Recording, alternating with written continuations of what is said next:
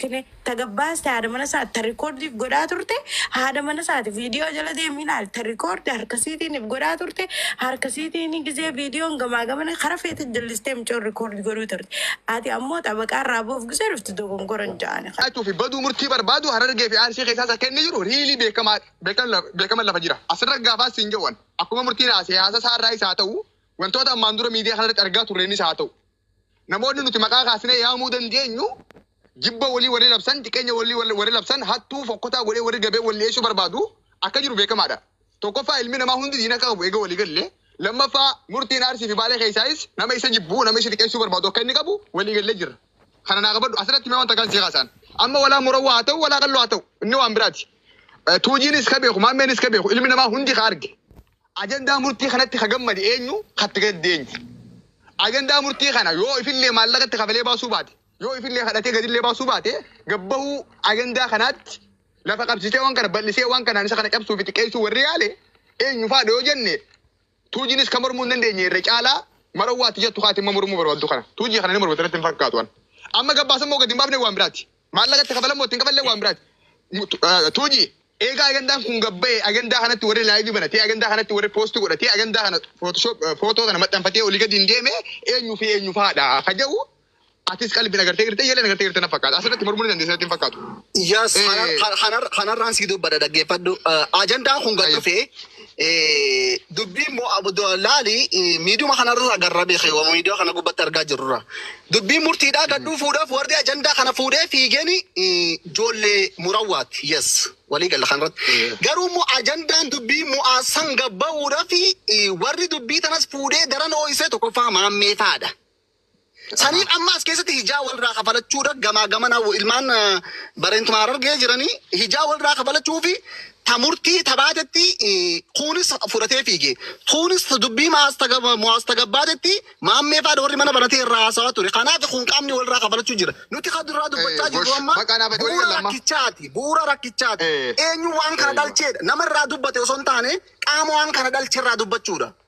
Maammee nama qaama bu'uura waan kana dhalche dhiiseti qaama waan kana an fakkeenyaaf ajandaan tokko gad dhufe ani irraa dubbachuun akkuma nan irraa dubbadhu gad dhufa ajandaa waan ta'eef anaa miti akka komatamu qaama waan kana gaffidee akka nan irraa dubbadhu godhe san ajandaa kana kireet godhe dakkanne san isa san irraa dubbachuudha madda rakkichaa jechuudha.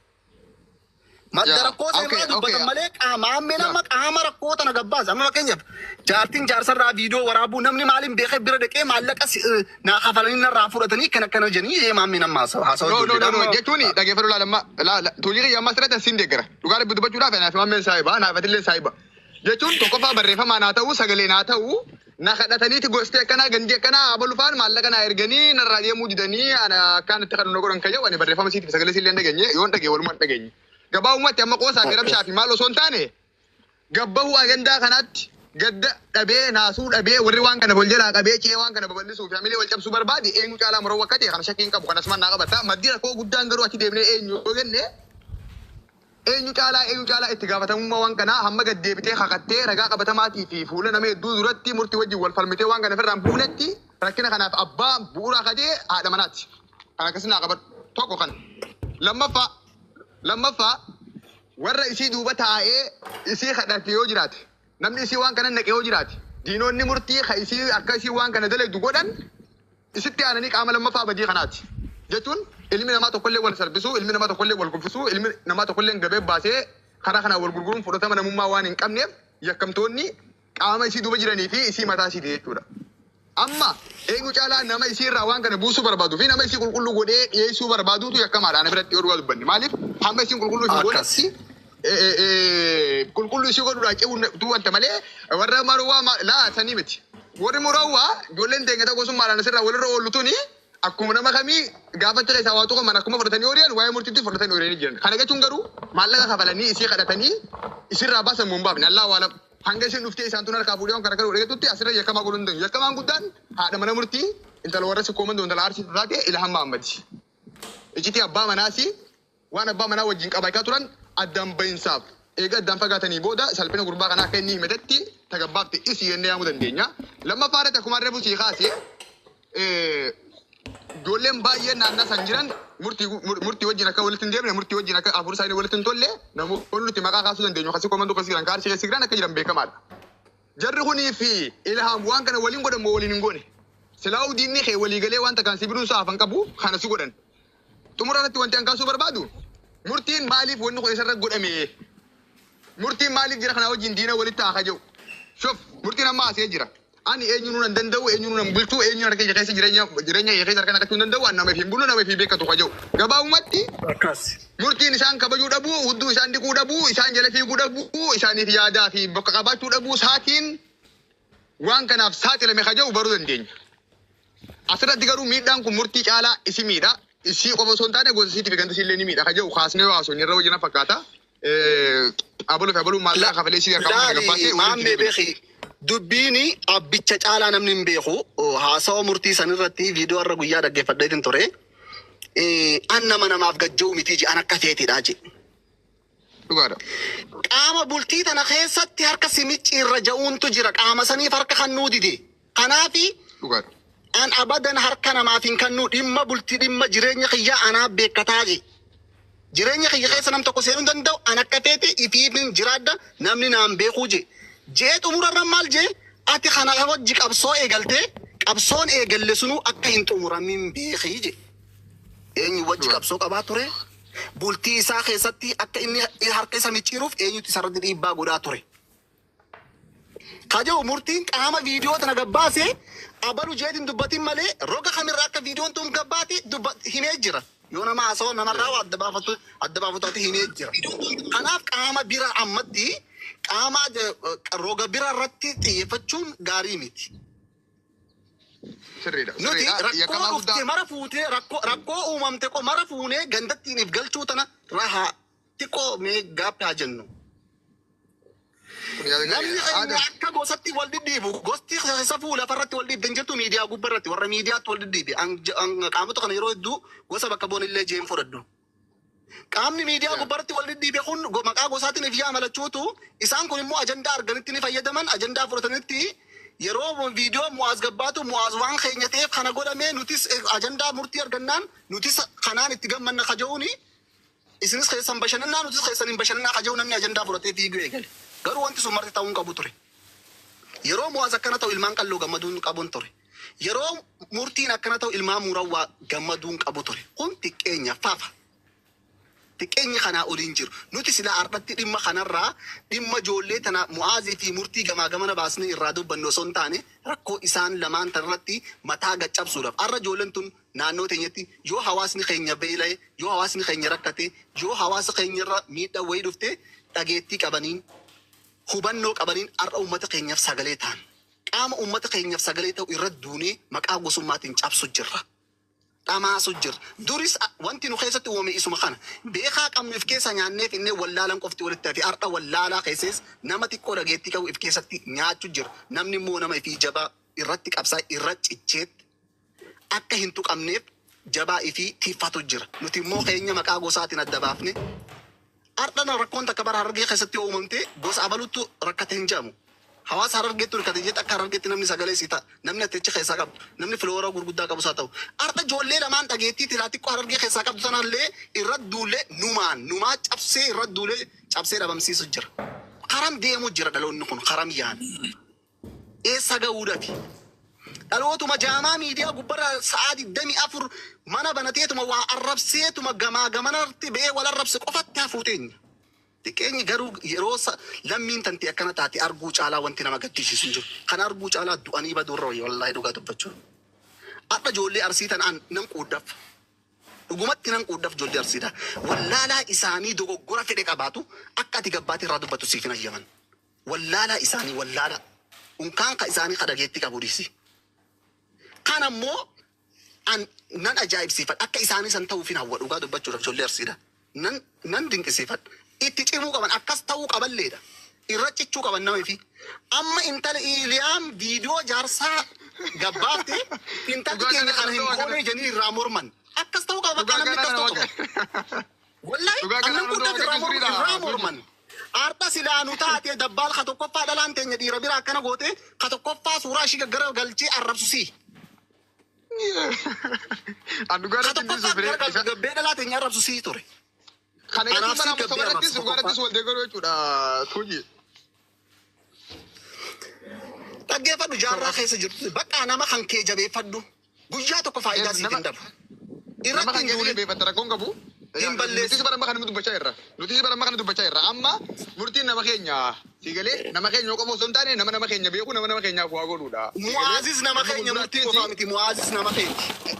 Sitti maan jira bar. Sitti maan jira bar. Yes. Moosiis haa ta'u eenyus haa ta'u nama keenya bira dhaabbachuu fi kan namni hin cabne kan karatti nafne godhuutu waajiba malee diina isaa wajjin alagaa wajjin diiwula isa rabbaname abbaa taanee agandaa kana gammannee fudhannee ce'uuniin gaarii miti. Qaamni waan kana godhe maaliif godhe qaamni waan kana godhe eenyu faadha jennee adda baafannee diinaa fi fira beekuu qabnaadha. Amma kaayichi keenya guddaan agandaan sa'a tanaa ammoo liigallee. Kanaaf asirratti wanni tokko wanni namaa galuu qabu akka keenyatti isa kana gannee yoo dubbanne akka dhala namaatti dhalli namaa namummaadhaaf namaa nahu dhalli namaa namummaadhaaf namaa gadduu irratti dirqama namni badii qabuu fi namni tokko godhasan gandee kee waan ta'eef harkarra qabdee iyyuun kuni namummaa irraa si fageessuudha dhugaa irraa si fageessuudha malee waan tokkummaa akka ganda saniitti illee ni jirti takka waliin nahuu ganda san jira waan jedhamu hin qabu koos sobarratti namni wal hin deeggaru sobarratti namni wal bira dhaabbatu. Kanaaf akka namaatti murtii bira namni guutuun dhaabbachuu qaba. Ilmi namaa tokkollee cabuu hin qabu ilmi namaa tokkollee baduu hin qabu.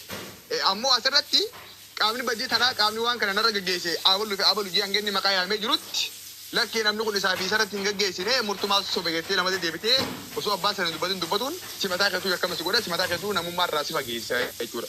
Kanaaf sana akkasii dubbachuun gaariidha. Akka reefu waan reefu maammeen kaasuu barbaade sansaan itti nu haafiddu.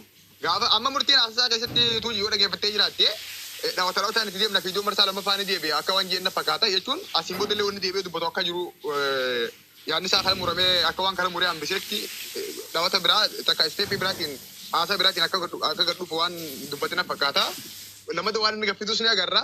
Tarii wanni kun waan guddaa waa gabbaas waan guddaa abbaan bahu ta'uus danda'a gama fuulduraatti isa walumaan teenyee eenyufaan maallaqatti kafalee eenyufaan dhaqee isii kadhatee isii wayiwaatee waan kana isirraa fuudhee akka gabbaatu godhee kaja'u waliin agarra. Nama keessi girtan adda misoomaa faasi malee warra dubbatin waan dubbattu joo qabaatan dubbata. Okay, Galatoma, assalamu alaikum warahmatullahi wabarakatuh. Waalaikum salaam warahmatullahi.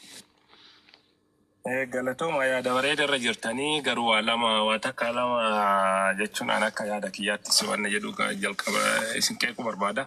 Tokkoffaa wanni kana dubbiin tuni dubbii ajandaa taatee deemuu qabdu miti. Nuti Oromoo waan taateef ajandaa taate malee san Oromoo manni Oromoo kun waan xiqqoo waan fokkattu malee deemuun hin danda'u. Addunyaa tana yoo gabbuunee laallee jenne addunyaa tana hundinuu yoo gabbuunee laallee jenne namni hundinuu waan kana silkii ofii keessa kan hin laalle hin jiru silkii ofii keessa kan walii gad oofne hin jiru gamaa gamana hargufeetiin kaa'amma akkanatti afufee oduu odeessu kun namni hundinuu silkii isaa keessa TV isaa keessa halkanillee dhokatee mana isaa TV isaa keessa ruumii keessa namni waan kana laalle hin jiru haqa dubbachuudhaaf yoo walii kijibne malee waan kana oduu godhannee ajandaa godhannee akkamitti deemuu ni dandeenya irraa hagamiin yoo gabaabannee waan kana yoo nama rakkoo qabu san haadha manaa isaatu haa taatu nama itti dhiyaatee wanna jedhu san wanna qeensaan qabnee nama san keessaa luxullee baafnee fakkeenya akka badii irratti lamuu badii kanarratti namni fakkeenya irraa akka fudhatu yoo isarratti hojjennee waan kana baafne irra wayya malee callisneetiin nama kana aboo rabbi keessan sodaadhaan akka kiyyatti footoo kana iyyuu asirratti akkana poost gootanii isinuu haasawuun irraa ani akka kiyyatti baay'ee isin gadda wallaahi nu hundinuu nama gurguddaadhaa nama baratee nama silaa wanna jedhu qabu rakkoon hin jiru. Suuraa isaa kana buusaa osoo ana taatee oo akkami jedha maal godhaa namni jechuun ilmi namaa nu hundinuu dubartii qabnaa niitii qabnaa obboleettii qabnaa akka feene waliin taana wayita fedhii fi jiruu fi jireenya keessa seeni akka itti waliin jaalallee teeti yookaan jaartii waliin wajjin akka taatu nu hundinuu ni deemu. Kanaafuu nama kana footoo irraa jijjiiraa footoo keessan kaa'adhaa haasaa gaarii haasaa nama waan kana gabbaase irratti hojjedhaa qabsaa gara barattu Arsii ta'e Harargee ta'e hundinuu kenna wallaalaa kenna malee beekaa kennaa miti. Muuvii godhatee namni jiruu fi mindaa fi qabeenya jiruu guutuu godhatee kattiin halkanii guyyaa laalu kattiin halkanii guyyaa addunyaa kanarra gadhiisee mindaa irraa argatu tokko lamaa miti. Nu biratti ammoo Oromoo tana biratti wanni silaa kabajaa hin qabne wanni silaa namni waan guddaa godhee ilaal waan guddaa godhanii keessa waan akkasitti waliin jiraachuu miti. Yoo inni keessa bule maaltu nama galche nama kana maaltu isa galche maaltu miidiyaa oduu namaa irratti baaseetiin akkanatti oduu akka namni irraa haasawsa goose jechuu barbaadeeti isinitti dheeressu irraa gabaabadha. Wanni kun nama fayyadu rabbi biratti illee nama biratti illee keerii takka wallahi irraan argattan nama kana yoo dandeettan akkaataa yoo tumurtee akka wanna jedhe gabbaasaa gorsaa irraa wanta kan sitti mu zambii malee nu ajiriin nurraa argannee galu jiru. Koy takiti wanta kan himaa fi laal baabaa wanta kan sitti mala ati amma gam tokkoon nu suni fakkaattee gam tokkoon sunus ni balaaleffatte mee waan ati kaasiti uummata kaasutti keessa qaama waan kana godhe irratti hojjechuu haja'u tokko naa qabadu eeyyen nuti isa maka dubbachaa jirru kana tokkochaa jirru qaama waan kana godheedha tokko naa qabadu lammaffaa wanta kan sitti himaanii barsiisaan amantaa badis ni barsiisa toltus ni barsiisa waa'ee jannataa barsiiseetti waa'ee azaabaa barsiisa. Irriilii kana jechuun maa inni biyya lafaa irratti duniyaa kana irratti waan gaarii qofaa dhaadheeffama waan gaarii qofaa barsiifama waan gaarii qofaa walitti dabra osoo hin taane wanti hamaan wanti badaan sirrii adda addaa irratti ni barsiifama. Maaliif hamaas namni ni barata gaaris namni ni barata. Kana jechuun maal jechuu fedheetiin waa'ee suuraa isaanii maxxanfamuu waan biraati. Akkuma ati kaasti amma waan gaarii qofa dhaadheessuu fi waan gaarii qofa barsiisuudhaa miti waan hamaa waan fokkotaa seenaa jalluu fi seenaa badduu qabxii kamaleetti hamtuutis wal barsiisuun gaariidha. Wal barsiisuu keessatti immoo faayidaa jira. Sababaan guddaa waan kana agandaa godhuu namni dhugaa akka baruudha akka malee akka wal nu banneedha jechuun walumaa galatti wanni kun dogoggora akka inni ta'eedha. Amma waan kana amma laal wanni seeluu qabu ati suuraa gara kanaa laxxafannee namni fiidoo if waraabuu qaba fiidoo walii gabbaasuu qaba jechaa osoo jiraanne yaadni kee kan ukee kuni fakkaata garuu amma jechaa jirru fiidoo waraabuun dogoggora fiidoo walii gabbaasuun dogoggora wanni akkanaa godhuun sirrii miti dhalli kun waan kana barachuu qaba wanni akkanaa kun lamatti deebamuu hin qabuudha. Inuu asirratti akkasatti suuraan maxxanfame ilaalamu osoo hin taane ergaan waan kanaan wal qabatee dabraa jiru maal haja'u osoo hubatte gaarii na fakkaata. Ati amma afaanuma keetiin haasoftee jirta. Gama tokkotti xiqqoo waan akka ciqilfachuu barbaadeen na fakkaata dhiifama. Qaama waan kana dalagadatti hojjechuu. Wanta kana irra hojjennee osoo baafne bareeda maaliif nama kana borullee sillee akkana gochuu mala. Namni kun haa bahu rakkoon jiru gamasitti rakkoon jiru. Rakkoon qabaate namichi namni waan kana nama walitti buusu kun haa gabbalee isaatti lammuu. Obsi namni walitti bu'uun jiru jaarsaa jaartii. Waldageeffadhaa gaa. Waan jaarsaa jaartiin wal maxxansan ati maaltuutu irraa bakka si buuse takkata duraati. Lammaffaa immoo ati wanni jette namni biyya faranjitti namni waan kana waan guddaa godhee ilaalu hin jiru jettee dhugaadha. Biyya faranjitti dhalaa sharmuuxa qofa. Dhalaa sharmuuxa qaama isaa gurgurattuutu dhaabbadhu bilisa kiyyan dubbatini. Dhalaa sharmuuxa qaama sii gurgurattuutu qaama sii kasaalaa baasee addunyaarra gurgurata. Har'a obboleettiin teenya intala islaamaati falii gizee ilaallu lammaffaa immoo abbaa mana isiiti. Wanni abbaan si ishee haa barii takitti masgiida finfinnee salaakisaa ba. Obsi chaa jennaan harreen gurri tokko nuti dubartiidha. Har'a obboleettiin teenya gaafa kana gootu abbaa manaa kamtuutu dubartii kara feetee dhufe arsiirraa dhufe wallaggarraa dhufe shawarraa dhufe harargarraa addunyaa feeterraa kootu wajjin gachiisee bula. Wiifi warri amantii biraatu qaama qullaa abbaa manaa isaa wajjin ciisu dubartiin nuti harka dhibbata ka yaanna dhiira caalaa gisee waan tokko godhuuf deemnu. Har'a obboleettiin teenya qaama saalaa isii gisee gabbaastu ati asirra teessee gisee jettu waan kana akkana godhinaa asirraa kaasaa nuti miti barkaa asirra baase obboleettiin teenya nuti ni kafanatti qabne isaanii kafana qabu baasu. Isiin ammoo isii haadha garaa baatetti jirtu baaste jechuudha. So hanga obboleettiin teenya dhuftee lakkee nuti miti jettutti ati maarree godhaa kana namni waan guddaa miti no tiivitti namni godhatee yoo ati godhatte haadha mana keetii qullaa yoo gabbaas siin rakkoo qaba. Haadha mana keetii tiivi godhattee kophaa kee ilaaluun rakkoon qabu. Haati mana keetii rabbiin keenya rasuulli keenya sallallahu alaihi wasallam jaartiin teessan isin ooyiruudha jee. Akka feetanii qotaa jee abbaan mana keessanii sissiiboo jiruudha. Eegani walirraa qabaattan kara feetan waliin bu'atanii kara feetanitti waliin wanni jechuu dandeessan. Garuu adda babaayee addunyaarra wal baasuun akka shari'aatti illee dhorkaa. Har'a obboleettiin teenya qaama sadaffaanis qaama miliyoona meeqaatu arrasa qaama si kasaalaa kana arge kanarraa kabadii hojjetu meeqa kanarraa ka waan kanaan hojjedha jee yaada qabu meeqa ati ammoo akka nama intala enjolii addunyaa irratti humaata kan balleessinitti takkaa namticha humaata kan balleessinitti as baatee gaafa dubbattu maarree godhu turannoo ilmoo qabna ilmoon teenya yoo akkanaa taatta shafii haa taatu.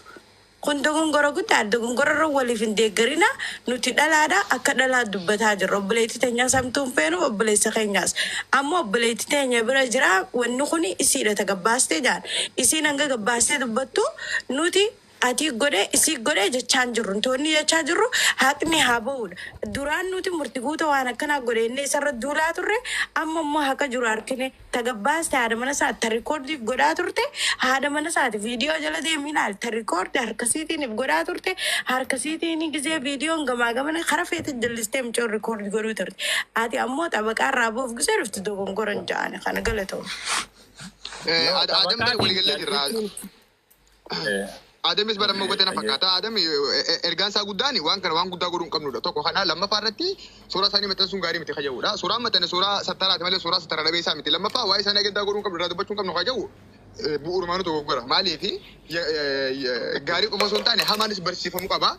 Ya kaman ya kisah aku mati kita ratu juta kaba. Abba ya kana elu kajau. Yo surah matan pan yo ayan tang goren ne. Nama kana tu hojjetu nande. Ati amma qaama kana tu hojjetu qabne te duga da wali gal. Qaama kana tu hojjetu dah ti. Isa kana mo isita na kajau surah fitachun nura jira. Dia besne wan kana agenda gurun nura jira. Egala man kana fage demne boda nama kana tu jenne duga kana gurun le. Ati amma batu makhay dire video adi wa wal mur mun dire sen kabartin fakatu atul mo batana fakata adam kiya. Gala to. No ani wata kalle sinit lemu fanne ha so ni sina sa jirta na sa gari da garu waan kana tufanne yo bire tarre malif waa heddu woni bara hojjechuu qabnu media kana irratti barachuu dandeenya hojjechuu dandeenya waan ka kayri gamara bitin gamara maati arresi kaisi fakkaatu miliyoona gabbaa baleessa qayya ya asarratti wani tokko guddani wani isirratti hubachuu qabnu laalamma yeroo dubbattu jira dubbii namaa keessatti wani dhugaatii sun dhugaan ta'innis jira amma wani guddaan isin galuu qabu yoo jiraate maa inni murtiin argeerra nama argeeti intaloon warra nama arsiiti arsi far argeen nama baay'ee walirraa fuudhe nama hedduu waliin jireenya qabas akka malee waliin dhiyeenya qabanis amma argeen qulqulluudha lakkii arsiin qulqulluu miti jechuudhaas miti yaa ta'uuti arsii ta'uun si waan ati waaqattu waan ati lafa keessu miti argee ta'uun isaalleen waan nama naafetemmoo waliigallee goonee naafetemmoo waliigallee dinnuu miti waan beekamaadha waan lafa jiruudha ergaan guddaani haati mana abbaan manaa waliin turanii gaafa addaan baan wal salphisuu maaliif yaadanidha shuf gaafa kana jennu namni tokko amma akka waan jibbaan arsii jiruutti akka waan xiqqeessuun argee jiruutti akka waan ganda lamaanitti galchuutti fudhatee laa gandatti hin galchina jaa yoo gandatti hin galchina kam goona nama kana ganda qaba yaa boleessa kiyya oromoo waan jedhu maraata abbaa jedha tayyaan. Ta'ullee beektaa wanni kun wallaalummaatu malee ati waan kana sila amma salphinni hagana gahin jiru addunyaa irratti beektaa wallaalumma isiitu mura amma nuti gaafa ilhamiin intala arsiitii nama sikkomandooti waan akka kana godhuun qabdu gaafa kennu arsii guutuu waan kana godhee arsiin guutuun yakkamaadha chaan jiru dhageeffadhu naasitti himaa namni kee yoo namni tokko arsii keessa yoo waan gaarii dalage oromoo guutuutti gammada addetti garuu arsiitti gammada kana dhugaa godhi fudhadhu harargee keessaas yoo namni tokko akka oromootti waa dalage oromoo guutuu gammada addetti garuu harargee irra gammada kun dhugaadha beekaa irraachi fagaanna malee inni kun dhugaadha namuuf keessa inni beeka akkasuma namni tokko si keessaa bee waa namti yoo dalage oromoon guutuullee yoo itti cabe yoo itti gaddee irra caalaa gosasaa firasaa namasaa itti caba isaa itti bada. Kanaaf ammoo waan kana abbaatti ta'e irraa deebisuu fi gorsuu fi isa loluu qabu nama isaati.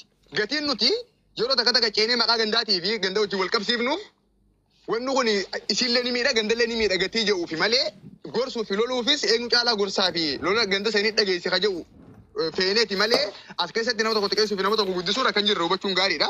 Walumaa galatti akka namummaatti wanti kun gaarii akka hin taane hubachaa lammaffaa irratti isinis itti miidhamti gandi isiilleen itti miidhama gandi isiitis gandi eenyuutu waan kana balaaleffachuu fi waan kana dura dhaabbachuun gaariidha wanti akkanaa kuni abbaa manaatiif haadha manaa marsaa asiin booda nama biratti deebi'ee dhufuun qabudha inoo isaan dhufe kun ammoo dogoggora isiin dhugumatti waan kana eenyu keessa irraa fuudhe amma ijoolleen takka takka silaa barreessaa jirti isin argaan jira hiriyaa gantuutu isii nyaate hiriyaa isiitu jawwaalessi keessaa waan kana fuudhe eessaa dhageessan isin isiitu barreessee kana jeemoo isii fiidiyoo waraabee kana jeemoo moo isin mana banatee kana jeemoo akkamiin beektan murtiin afaanii baafatee isii bira jirti si baasee jechaa jira lakki ati isiin hin baafne qabaa ganna dhiisaa uyyattu yoo isin jette akkasiin gadi hin baasne isin barteeti ati dhugumatti dhugaa hanganta ka yaadda dhugumatti haqaa hanganta ka barbaadda dhugumatti namummaa wanni jaamu fi namaa gadduu wanni jaamu si keessaa badee namummaa ol ganti namummaa ol sitti gosti namummaa ol sitti taatee nama namni kiyya waan akkanaa godhuun qabuu fi hamtuu nama keetiin jaalachuu dhabuudhaaf waan akkanaa kana dubbatta. Amma barreeffama isiin barreessite asii odeessaa ooluudhaa miti bara. Namni feesbuukaan dhufee barreeffama tokko filama barreessuu caalaa fiidiyoo daqiiqaa 4 ga'u haaseetu gurbaan. Isiin kophaatti fiidiyoo waraabdee inni kophaatti fiidiyoo waraabuu qofaa miti dhugaa baruudhaaf yoo ta'e isaan lachuu bakka takkaa dhufanii nama tokko jidduutti waan kana yoo haasa'an irra dhugaa arguu dandeenya. Kanaaf isiis qulqulluu godhuu fi isiirra qabuuf ce'uun sirrii miti. Wanni kun sirrii miti inni dura dhaabbachuu qofaatu gaariidha ka jiru kaasuu barbaadeeti. Anillee beeyta galatooma jechuun fitadde waan kana namni dhugaa